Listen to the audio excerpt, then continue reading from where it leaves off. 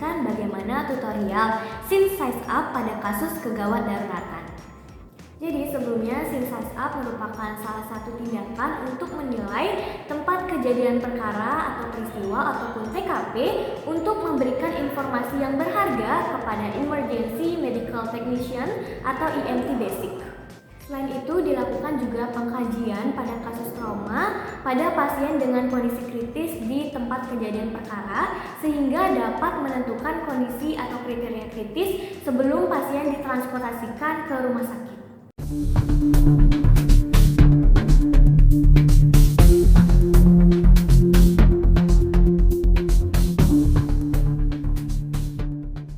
Kita dapat laporan hari ini di mana ada pasien yang terjatuh dari motor, usianya sekitar 30 tahun. Jadi kita menyiapkan alat dan kita akan ke lokasi. Sama kita akan menyiapkan alat terlebih dahulu.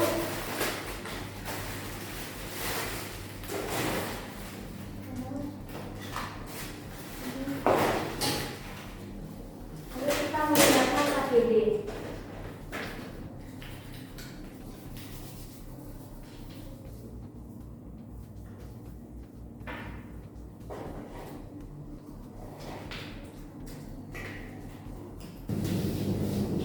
Setelah kita menggunakan APD dan sebelum kita menyentuh korban, kita harus menerapkan prinsip 3A terlebih dahulu, yaitu amankan diri, amankan lingkungan, dan amankan pasien. Jadi kita mengkaji terlebih dahulu identifikasi bahaya yang dapat mengancam di sekitar lokasi TKP. Di sini kita lihat terlebih dahulu apakah ada zat-zat berbahaya, benda-benda berbahaya, ataupun aliran listrik di sekitar TKP.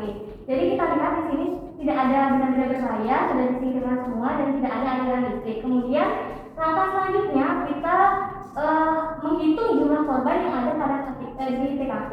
Jadi di sini terlihat hanya ada satu korban yang tergeletak di TKP. Kemudian selanjutnya kita identifikasi apakah kita memerlukan personel tambahan atau tidak. Apabila kita perlu, kita dapat menghubungi personel tambahan. Namun jika tidak, kita bisa melakukan bertim. Di sini disarankan untuk minimal 2 orang. Kemudian selanjutnya kita mengkaji mekanisme cedera yang ada pada klien atau pasien tersebut atau korban tersebut. Jadi di sini ada satu pasien atau satu korban yang tergeletak karena akibat kecelakaan. Jadi di sini kita mengkaji korban tersebut sebelum kita menyentuh korban tersebut.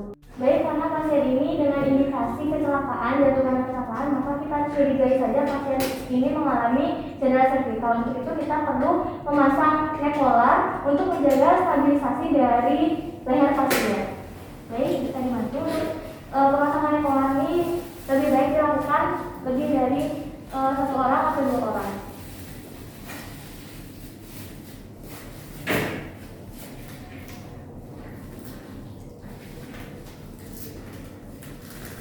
Di sini karena pasien sudah terpasang neck collar, selanjutnya kita mengkaji dari kesadaran atau keadaan umum dari pasien. Kita mau melihat terlebih dahulu posisi dan kondisi dari korban atau pasien. Jadi di sini posisi korban atau pasien terlentang dengan kondisi yang tidak sadar. Kemudian di sini kita mengkaji APPU, yaitu alert, verbal, pain, dan unresponsive. Jadi kita panggil terlebih dulu pasiennya dengan rangsangan suara. Namun jika tidak menjawab, kita beri rangsangan nyeri.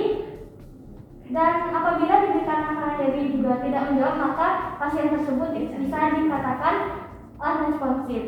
Jadi di sini kita kaji terlebih dahulu. Pak, kamu saat bisa dengar suara saya? Baik, jadi di sini karena pasien tidak sadar, kita beri rangsangan nyeri di area sternum. Baik, di sini pasien tidak merespon, jadi kita kategorikan pasien ini unresponsive. Baik, selanjutnya kita mengkaji airway terlebih dahulu atau jalan nafas dari pasiennya. Kita pastikan bahwa jalan nafas pasien tidak ada sumbatan dengan mengecek terlebih dahulu area mulutnya. Baik, di sini tidak ada sumbatan jalan nafas atau jalan nafasnya clear. Lanjut kita ke breathing atau pernapasan. Kita mengkaji area respirasi dari pasien. Jadi kita mengecek nadi sekalian dan kita mendengarkan suara nafas pasien dan mengecek dari pergerakan dinding dada. Setelah dikaji, tadi nafas pasien cenderung lemah dan RR-nya hanya 8 kali per menit. Untuk itu kita perlu bantuan dari BPAPMAS atau BPM. Jadi kita di sini menggunakan BPM. Jadi lebih baik menggunakan BPM ini dibantu oleh satu orang, jadi kita mengkaji 2 orang. Namun jika tidak ada, kita bisa sendiri.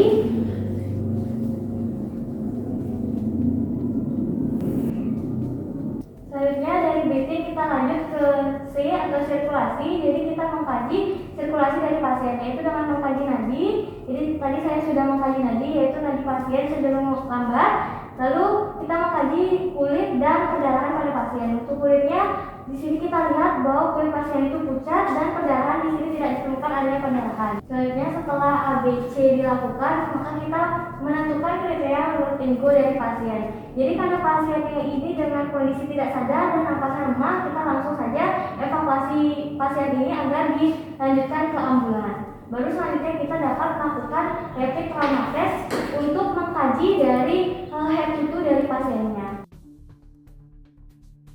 Selanjutnya di sini kita melakukan rapid trauma survey, yaitu mengkaji dari kepala hingga area kaki. Pertama, untuk kepala dan leher, kita periksa apakah adanya luka dan apakah pasien menggunakan nekolar. Jadi kita lihat di sini pasien tidak ada luka pada kepala dan pasien terpasang nekolar. Kedua, kita lihat pada area dada amati dan lihat pergerakan pada dada. Jadi di sini kita lihat terlebih dahulu di mana dada pasien naik turun normal dan gerakannya simetris. Lanjut ke area abdomen, di mana kita meraba dari perut pasien dengan rasa yang sedikit lembek. Kemudian di sini tidak ditemukan adanya nyeri tekan. Ke area pelvis, di sini kita menekan dan mengecek otot dari pelvisnya. Jadi untuk pelvis pasien stabil dan tidak adanya fragmentasi saat digerakkan. Kemudian lanjut ke area ekstremitas. Jadi kita mengkaji ekstremitas atas terlebih dahulu. Menggerakkan dari tangan pasien, kita mengecek apakah adanya kemungkinan kondisi abnormal atau deformitas pada area ekstremitas. Selanjutnya kita mengkaji area posterior atau punggung pasien. Kita perhatikan warna dan kondisi dari posterior pasien. Jadi setelah GCS terkaji, baru kita bisa menentukan kriteria load and go dari pasien. Apabila pasien masih memerlukan penanganan yang intensif, maka diperlukan evaluasi